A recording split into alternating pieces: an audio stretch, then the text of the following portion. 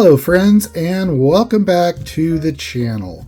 On today's episode, it's just going to be kind of a quick impromptu update on the nippers, and also I want to talk about these Vallejo paints that I got actually probably about a couple years ago now, and I was using them today, and it just, when something works really well, sometimes you don't realize how well it works until you've used something else. Well, that's the case with these paints. So we're going to get right into that. But first, I want to say welcome to all of you.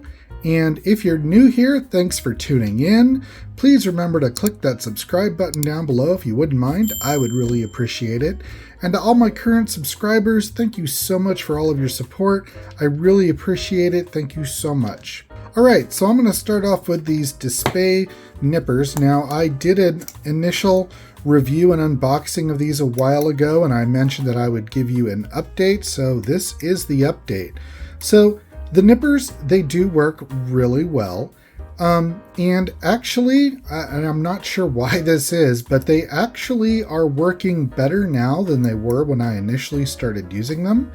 I don't know if they just got broken in or what, but initially they worked really well. Don't get me wrong, these are great nippers, but they actually seem to work better now that I've been using them for a while. In fact, I have been kind of going back and forth now between these and my other nippers, and I have to say that they're pretty much identical. So as I mentioned before on my initial review of the DSPIAE nippers, my current nippers that I've been using are these steady nippers, and again, these work great. I'm never a problem with these. They're kind of my go-to nippers when I really want a really nice clean cut. And after using these for a while, I realized that this kind of still gives me a cleaner cut. However, these are actually getting better the more that I use them. Just want to say, still a really nice pair of single edge cutting nippers. And yeah, if you are in the market for a good set of nippers, these are definitely a plus on my list. And also, I do have some additional nippers coming in to review, and look forward to that one coming out soon. I'm gonna try out 3 different kinds of nippers from 3 different price points. And my hope there is to explain to everybody that you don't have to spend a lot of money on tools to get a decent tool. You can still get a tool that does a good job and is not, super expensive. So that's the nipper update. Now, on to the paint. So, like I said, I bought this. These came in a pack, and these aren't sponsored or anything. I bought these myself. I bought these in this 4-pack probably close to 2 years ago. And they're Vallejo's metallic acrylics. And I have to say, they just work so well, especially in the airbrush. Now, I'm going to use my Badger Patriot Aero airbrush here. I think this is a 0.2. I can't remember what needle's in here now, but it doesn't matter, because the thing about this paint that I have found, it works great no matter what size needle I'm using. From my smallest needle to my biggest needle, they just work great. And they work right out of the bottle. All I do is make sure they're mixed well. I shake them up on my little mixer, and they just work really great every time. I just don't have any problems with them, no matter what. I don't have to thin them. They just go right out of the airbrush, right onto the parts. They adhere really well. They lay down nice and flat, and they just work really well. And you can easily use a paintbrush to touch up spots or cover certain areas you might have missed. Now, I wouldn't suggest using this to paint a larger area with a brush, but for airbrushing, they work great. Also, cleanup. When I use these through my airbrush, I simply use some water to rinse out the airbrush and then wipe it out. And sometimes I'll follow it up with a little bit of thinner or airbrush cleaner just to make sure it's clean. But I can easily switch between any of these colors just within a few minutes. Just rinse it and make sure the airbrush is clean and go to the next color. And sometimes you'll do that for certain effects, for metallic effects on engines and things like that. So in this video, I'm just gonna do a quick little airbrushing of some of these paints here, just to kind of demonstrate how easily they work and how well they work. And if you've used these paints in the past, please let me know in the comments below. I'd really love to hear your thoughts on these paints. And honestly, I kind of wish there were a lot of other paints like this that just worked really well right out of the bottle, right into the airbrush, because even with like just the normal Vallejo air paints, now these work okay out of the bottle, but you kind of got to get your pressure right, and you know, sometimes I have to thin these as well to get them through a certain airbrush. All right, so with that, I'm gonna go get some parts. We're gonna go to the booth and we're gonna spray some paint. Okay, sorry for all the background noise. We're at the paint booth now, so the air compressor and my exhaust fan are going. So here we've got my airbrush, and I keep my compressor at right about 20 psi, but I have a valve here so I can turn down my pressure on the fly. And one of the things that I have noticed with these paints is you can use very low pressure. So actually I'm going to turn my pressure down quite a bit because they are pretty thin. So for this Ferrari build I'm doing, I'm going to be using some of their aluminum color to do the frame right here. And I've already primed this. So I want you to see I'm just taking the paint, taking it right out of the bottle.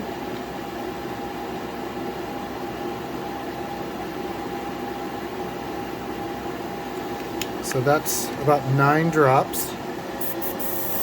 Again, low pressure. And we're just going to apply this. As you can see, it just goes on so well.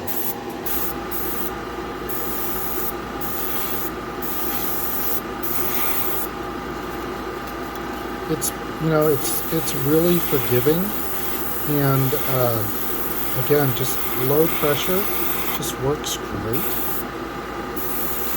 As you can see, it covers really well. And even though I'm going over, you know, gray primer, it's enough of a contrast. I can see it going down and laying the paint down.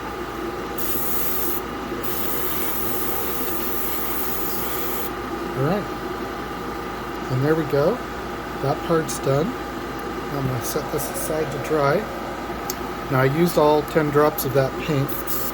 Now to switch to another color, or actually, wait a minute. I am going to paint this engine, actually, let's paint the engine in the dark aluminum.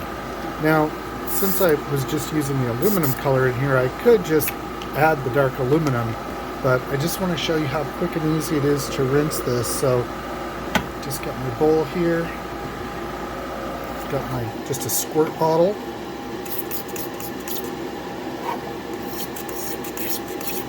And I just squirt the water out until there's none left in the cup. And I'll spray the water out.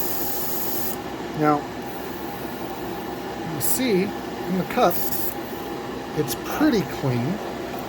Give it a little more squirt in there. The cool thing about this paint is it really dissolves quickly in water. Just take a little Q-tip, get that all out. Spray a little more water. This over here so I'm not making a mess. Alright, so that cup is clean. And I'll just take my towel here because I don't want any additional water in there, because like I said, the paint is already pre-thinned. I'll just blow the extra water out. There we go. Alright, so now we're going to add that's the aluminum. Now we're going to add the dark aluminum. And probably just another 10 drops. Or 12 drops. Alright. And then we're going to paint this engine. And just see how quickly, you can kind of tell a little better with this dark aluminum color how it goes on.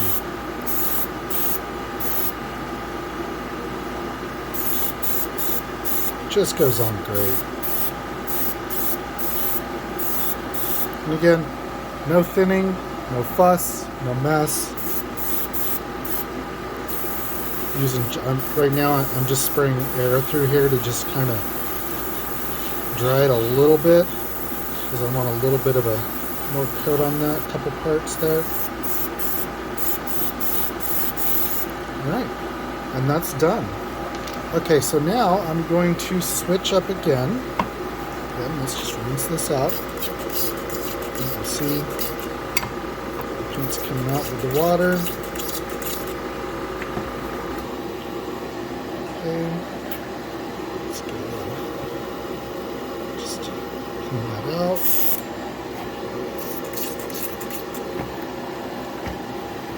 Alright, cup is clean.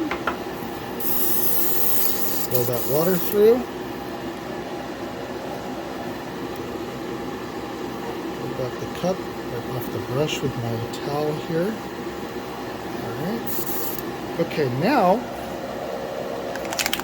we're going to use this steel color. Shake it up. And we'll put about, we're going to put a little more paint in here. Maybe 20 drops. Okay, and we're going to start off with this muffler part from the same car.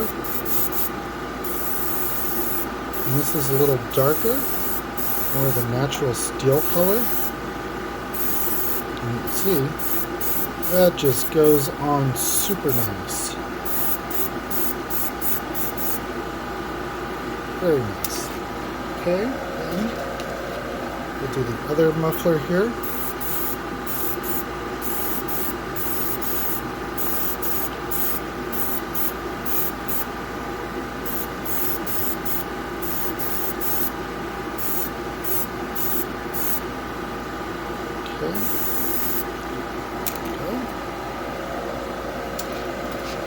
And I'm going to do my exhaust pipes in steel as well. Now I will come back when I'm detailing this. I will come back with these parts, and I may do a wash. I may do like a heated look, so some highlights in some areas, some dry brushing maybe. But for the base coat like this, I mean, look at that. That comes out great. Alright, and then I used pretty much all the paint, so let's rinse it out again. And basically what you're doing here is you're just flushing, and if you can see my spray is a pretty tight stream. So the impact of the stream in the cup helps break the paint up. And there's a little bit around the edge there, so we'll just add a little extra water, take our Q-tip.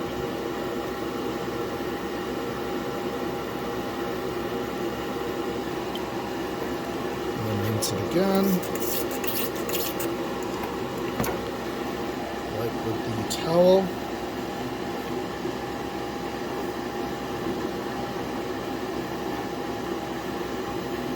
Alright, as you can see, that cup is clean. We'll just blow the water out.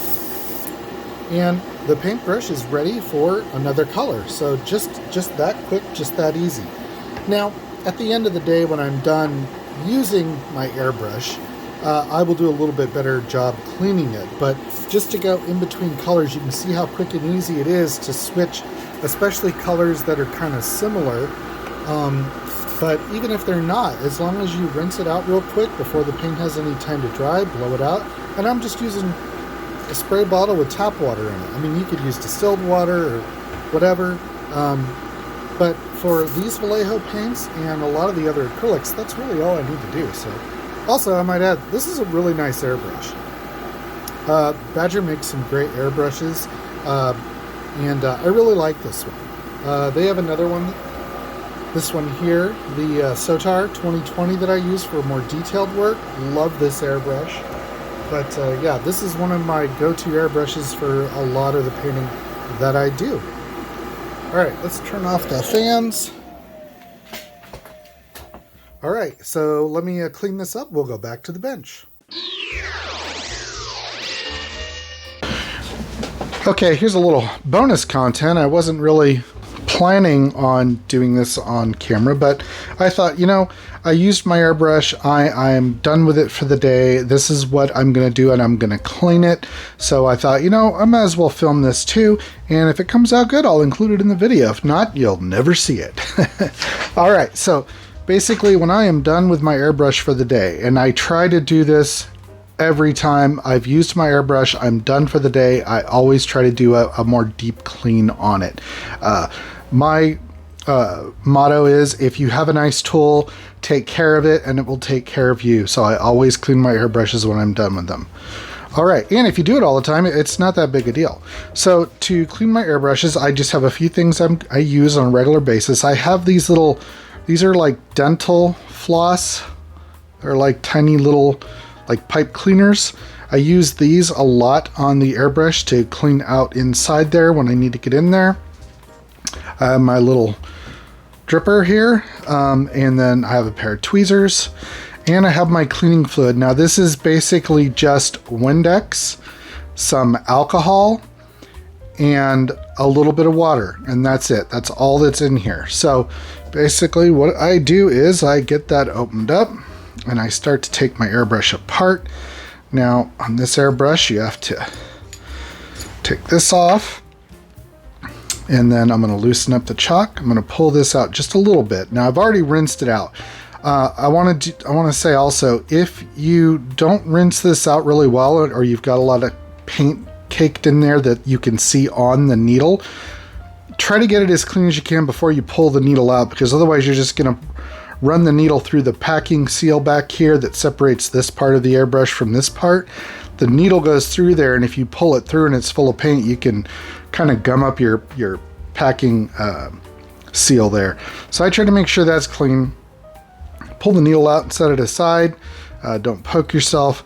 I tighten this up so it doesn't fall off, because I've had it fall off before because it's just screwed on. I try to keep my trigger in, but if the trigger comes out, it's not that big a deal. So next thing I'm going to do is I'm going to take the end of the end cap off. There we go. And that is this part on this airbrush, and just goes in there.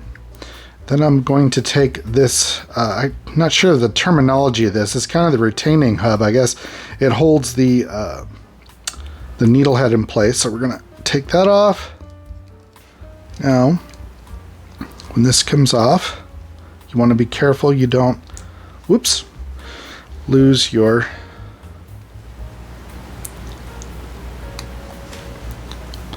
So this cone here is what the needle goes through and seals. When the needle comes up, it closes that hole and it seals it off. All right, so that goes in the drink. This part here also goes in the drink. My little trigger there. Okay, so now we just have this part. So now to clean this part, just take my eyedropper and I get some cleaning fluid in it. Let's bring this over here. And I just run it through there a few times and make sure I'm getting flushing up in this area too. So what I'll do is I'll turn it over and I'll stick this in here. Let's turn it around so you can see that. So as you can see, I'm flooding the bowl with cleaning fluid. And then now that's nice and flushed, I take my little dental tool here. I go in here and clean that out, make sure that there's no paint residue in there. And then I'll take it this way and I'll go up underneath and also back the other direction. I'm just going to straighten that out. Make sure we get in there. All right, and then since I used the brush, I'm gonna flush it out again, both ways. All right, now that is clean. I'll take my towel. Oops, my trigger's coming off there. Just adjust that, put the trigger back in. There we go. All right. Now I also will take my little brush here and go around if I've got some paint that's got on the base around the cup, or on the trigger, you know, just clean it off with that mixture of cleaner, Windex, and alcohol and water. Really does a good job breaking down the acrylic. Now, I use acrylic paints, I should say. This, you wouldn't use this if you're using enamel paint. You'd have to use enamel thinner or another cleaner. But because I'm just using acrylic paints, that's why I can use this to clean it with the acrylics. All right, and then I did forget, you've got this air outlet here. Sometimes I will just run this through here real quick, just to make sure no paint got in there. And every time we use the brush to clean anything, we want to rinse it out. All right, and that is cleaned, and keep bumping that trigger out. All right, so that part's clean, the body's clean. Now for the needle, I'll just run some cleaner along the needle here. And then I'll take my towel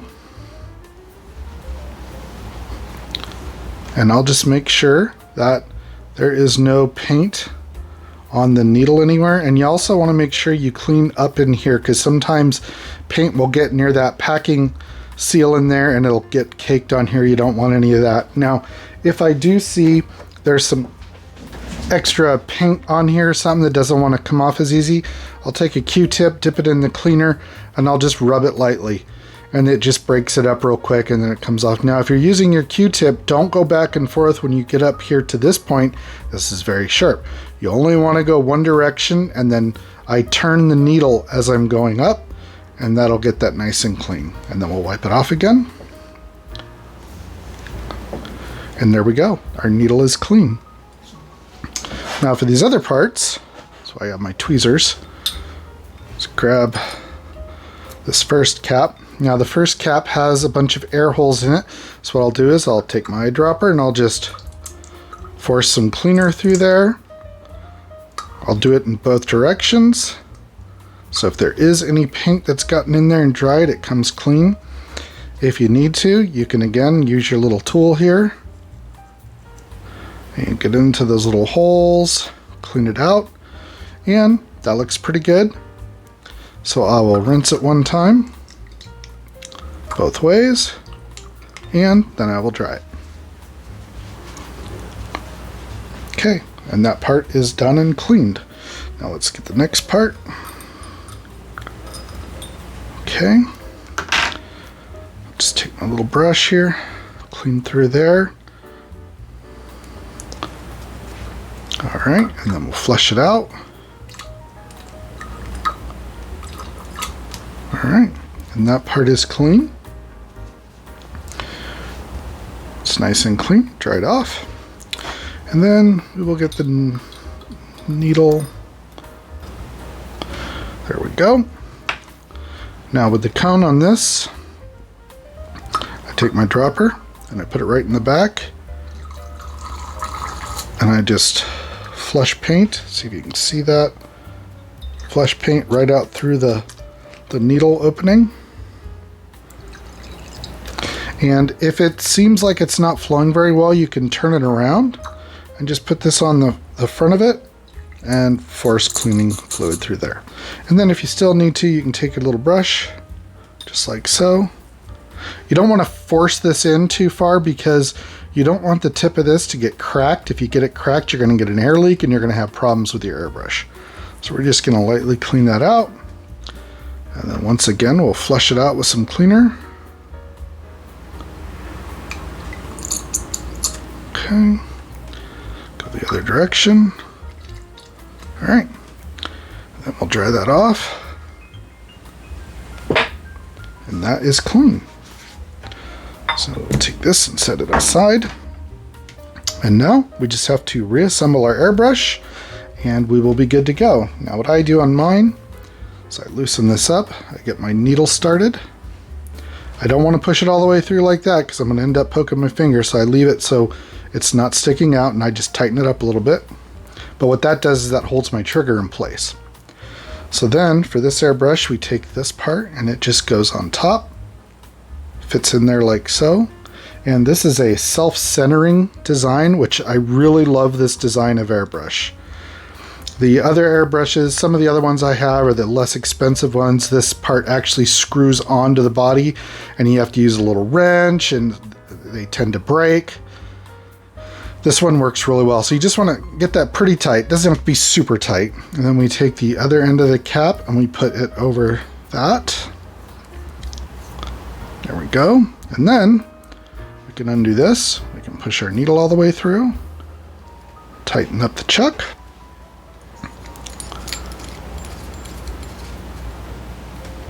All right. And that is that. That airbrush is cleaned and ready to go.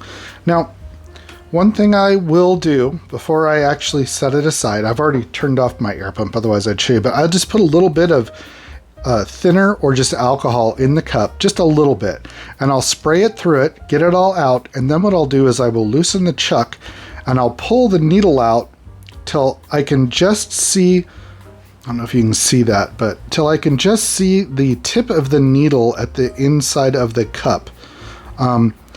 And then I will tighten it up. And what that does is the needle is not seating in here. And because I have had on occasion, and I don't know, maybe it's just me, if you've heard of this or had this happen, let me know in the comments. But occasionally you'll clean your brush, you'll put your needle, set your needle back in there like it normally is, you'll put it away, and then you go back to use it the next time and it's like stuck. And I think what's happening is the needle, as the cleaner and any residue that's left dries, it kind of sticks in there. So by just backing the needle and pulling it out just a little bit, it's still in that packing gasket, so it's still not going anywhere. But with the alcohol in there, it just cleans up any residue that might be left over and it keeps it from sticking. So the next time I go to use my airbrush, I simply just open this up, push my needle in, lock it up, put a little bit of thinner or alcohol, run it through, and I'm ready to brush. So, all right, so let me clean this up and we'll wrap this up. Okay, friends, so there we have it. As I demonstrated, these Vallejo acrylic metal color paints work really well right out of the box. And I didn't use all these 4 colors. I used a couple of them, but they all work exactly the same. They just spray really well through the airbrush.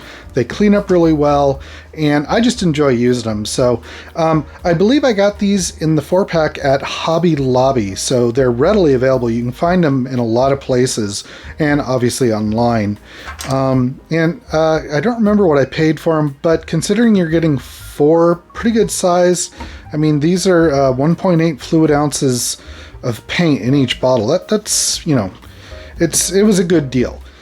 Also, I did want to mention, even though I'm using this Badger airbrush, which I think this is right around $100, maybe $120 now. I just want to say that, you know, if I have used these paints in my, you know, very inexpensive eBay type, Amazon type airbrush. So you don't have to use these in a good airbrush. These actually work well with pretty much any airbrush I've ever used, and I've used some pretty cheap ones. So, you know, if you're just wanting to get into airbrushing, you know, you don't have to spend a whole lot of money on a nice airbrush. You could spend a little bit of money on a, you know, somewhat decent airbrush, and you can pick them up for anywhere from, you know, low 20s and up. I've seen them pretty affordable on like Amazon and stuff. But do your homework, find one that's got good reviews, and then just get some good paints and get in the habit of using your airbrush and cleaning your airbrush. And you're going to have a much better modeling experience with this if you're using the right tools, the right paint, and it just makes life so much easier, more enjoyable when you're building your models. And as always, I really want to encourage people to get into the hobby. So I don't want people to think you got to go out and spend, you know, $40 on paint and $150 on an airbrush and, you know, $50 on a pair of nippers. You don't have to. Just to get yourself started, get into it, try it, see if you like it. You can get into this pretty inexpensively. And, you know, if you're just not sure, you know, at least try it. I mean, you try it, you're going to have some problems along the way. You're going to have some oopses. That's how we learn. So just know that going into it. And really, anybody can do this hobby. Well, okay, pretty much anybody can do this hobby. If you just take some time, learn some of the basics, and experiment and try things out and see how it goes. And, you know, I know people that have tried it, they just don't like it. It's not for them. Hey, no harm, no foul.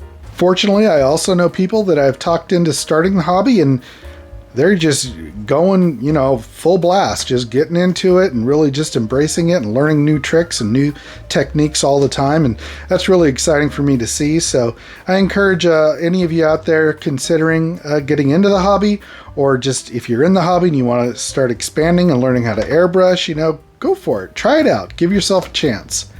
Well, that's going to do it for this video, friends. I appreciate y'all tuning in. Thank you so much. If you like this content, please give it a thumbs up. And if you haven't already, please remember to click that subscribe button down below.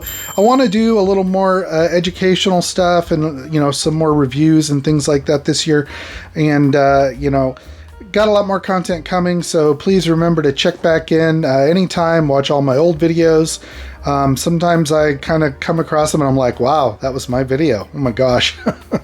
Anyways, it's all about having fun, and we're just having fun here at the Plastic Imagination Workshop. So everyone out there, just have a great day. I hope you're having a nice summer so far, and be safe out there and go build something.